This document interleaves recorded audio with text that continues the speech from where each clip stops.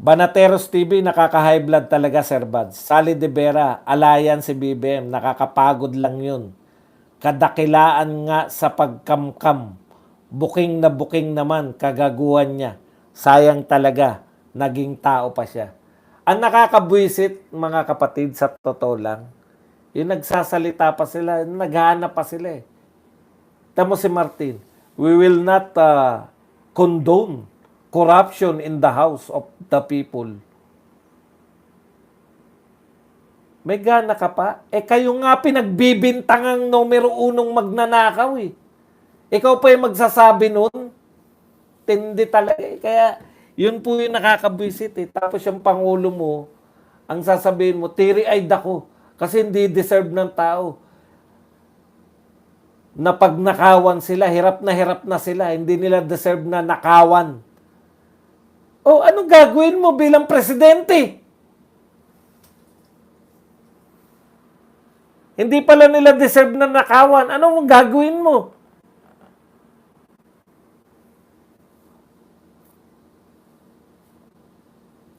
Yan ang literal na iyakin. Dapat siya nagpapaiyak sa korap. Weak leader talaga. Inamin na ni Bangag na weak leader siya. Kasi po may magagawa ka bilang leader eh. Halimbawa ako, principal ako. Natuklasan ko. Halimbawa lang may minumulestya yung isang teacher na estudyante, natuklasan ko. Galit ako. Teary-eyed ako. Hindi deserve ng bata. Yun lang ang sasabihin ko. Wala akong aksyon. Anong klase kong principal? Nagsumbong sa'yo. Hindi na matiis ng bata. Pinaiwan po ko ni sir. Ganun. Pinaiwan po ko ni sir tuwing hapon. Tapos ginagawan po ko. Ha! Galit ako! Yun lang ang gagawin ng principal dapat. Magalit lang. Sige po, misis. Galit tayo. Teary-eyed ako. Hindi ko galit ako. Ganun lang po yun. Hindi ba dapat ipakulong niya yung teacher? Kasi namumulestya. Teary-eyed na po ako sa galit. Hindi deserve ng bata yan. Nagpa-meeting, tapos yun lang sinabi. Tapos yung teacher, tatawa-tawa lang sa likod.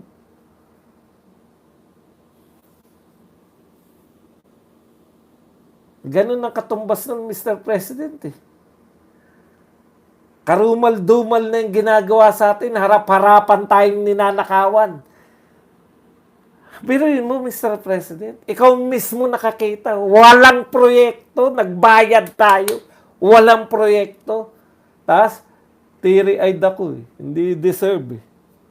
Anong ginagawa mo ron? Doon lang muna. Yung nahuli mo caught in the act. Nasa akto na gumagawa ng krimen. Wag na muna yung mga kung saan-saan. Yung ikaw mismo nakahuli.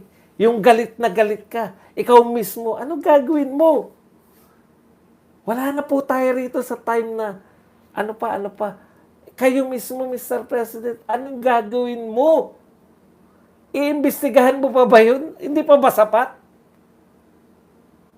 Na nagbayad tayo, merong mga nag-receive na kontraktor, hindi pa ba sapat na ano pa pong investigasyon ng kinakailangan yung gawin?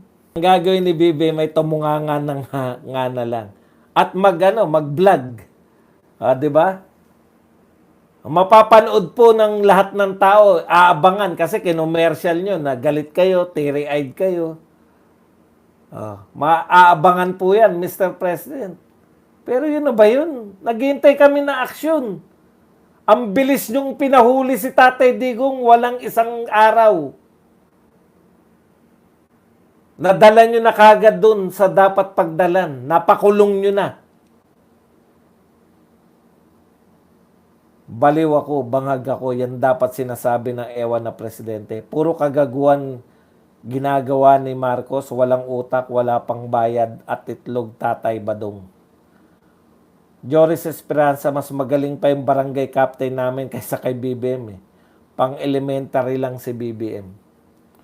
Sixth Sense, Sir, katumbas ng rape ng Pilipinas ginagawa plunder ng mga korap under Marcos regime. Jan Paulo Salto, kundi pa na fact check ng kalikasan, sakalang na teary-eyed. Correct. Alam nyo, na fact check na yan noong 2024 pa, di ba? Na fact check na siya. Isang taon pagkalipas, wala pa rin eh. Vladimir De Leon.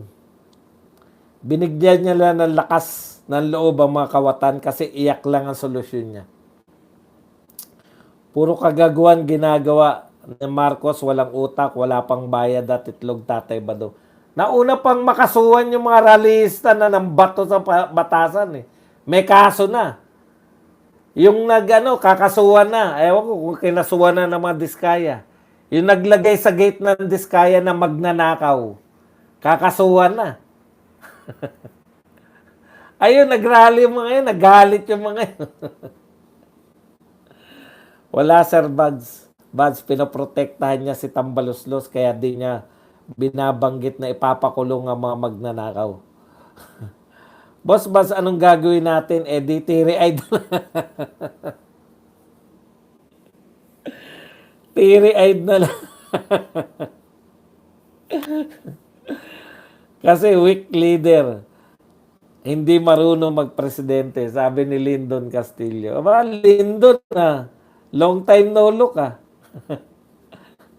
Tatay Badong, principal ka talaga, hindi halimbawa. Vladimir, wag spamming. Tatay, hindi nga spamming. Baliw yata si Vladimir. 100% agree ako sa sinabi mo, may kakayahan siya si First Lady na magpatayo ng biro lang First Lady.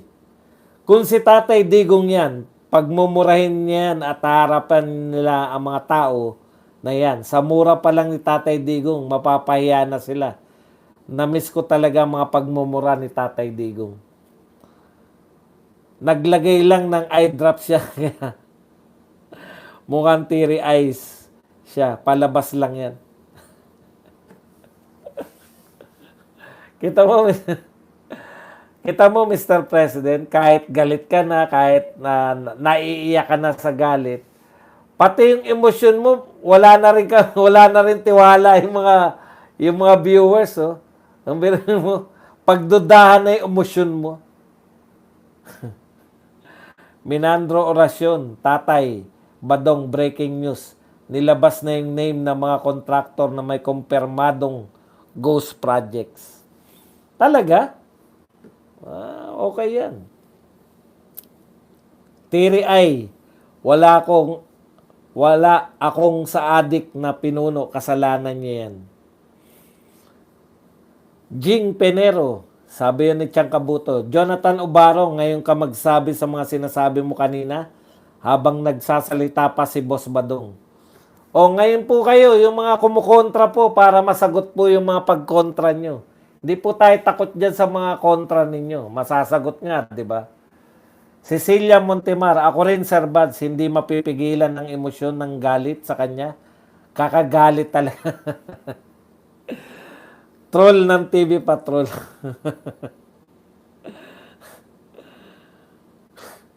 Weak leader resign, tama na inarte. Tumakbo kang presidente, iyakin ka pala.